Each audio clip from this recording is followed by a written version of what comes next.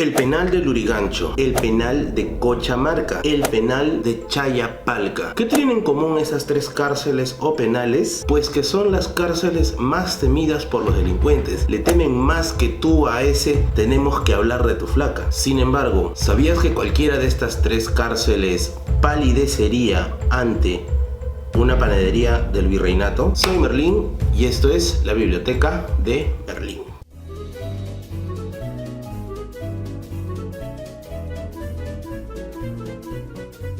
Antes de que cierres el video y pienses que esto es simplemente un clickbait o algo que no tiene nada que ver con lo que dice el título o la miniatura, oíste bien, sí se da durante el virreinato. Las panaderías eran prisiones, en algunos casos muy superiores en su trato a las prisiones de hoy en día. Se conoce como virreinato a esa época en la que los españoles estuvieron en el Perú, es decir, desde el siglo XVI hasta el siglo XIX. En casi medio milenio de ocupación, los delitos eran pan de cada día, pero al no haber un sistema penitenciario decente, es decir, no existían las cárceles, simplemente los calabozos, un lugar muy común para encerrar a los prisioneros y hacerlos pagar por sus faltas eran las panaderías, tal como lo escuchas. Según el historiador Carlos Aguirre, en su libro Denle duro que no siente, si se llama el libro, no es otra canción de reggaetón, en un inicio las panaderías estaban dedicadas para ser lugares de prisión y trabajo forzado para tanto delincuentes blancos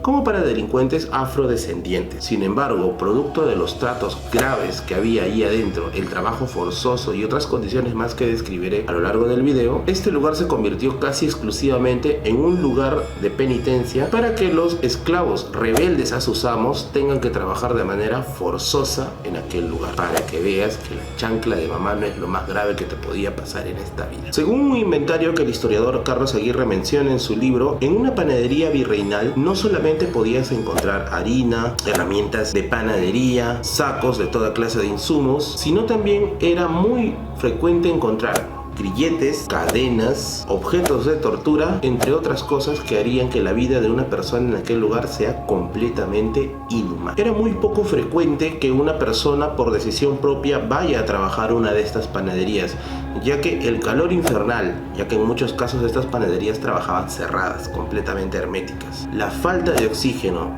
y el trabajo extremadamente fuerte, ya que el pan se vendía tanto en la mañana como en la tarde, hacían que muchos no busquen este lugar como un centro de trabajo, por lo que las panaderías sufrían un serio problema de abastecimiento de mano de obra. Por otro lado, para los hacendados peruanos era muy común tener esclavos rebeldes y ya no se sabía de qué manera disciplinarlos.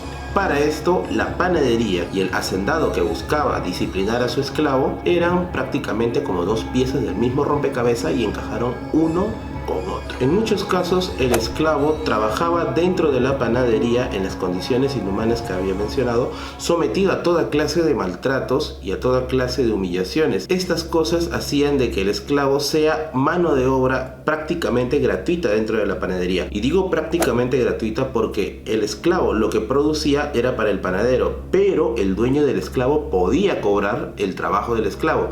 Así que por todos lados, el único que pierde es el esclavo. La violencia de las panaderías hicieron de que el esclavo se volviera más dócil, pues no. En lugar de eso, eran muy comunes los motines y las fugas, y en otros, en muchas circunstancias, el esclavo terminaba dañado de por vida en lo que es la cordura. Muchos esclavos literalmente perdían la cordura a causa de estos trabajos o estas humillaciones. Sobre esto último, el historiador Carlos Aguirre señala el caso de un esclavo llamado Manuel Chenet, que en 1838 apuñaló a dos amigos suyos, también esclavos, mientras que estaban almorzando. ¿Por qué lo hizo? Pues él pensaba que por medio de un delito grave podría ser trasladado a un calabozo común y corriente, ya que, según sus propias palabras, un calabozo o el mismísimo infierno era mucho mejor que estar en una panadería. Así que con esto ya podemos deducir qué tan grave era el trato dentro de este lugar. Recién en 1856, durante el gobierno de Ramón Castilla, se construye la primera penitenciaría de Lima a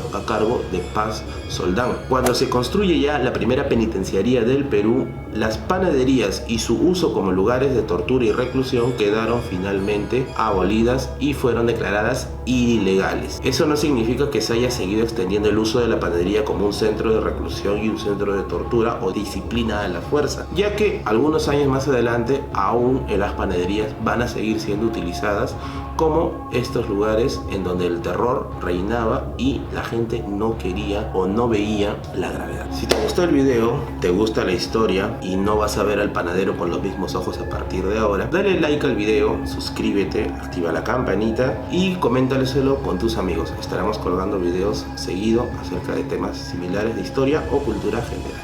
Nos vemos.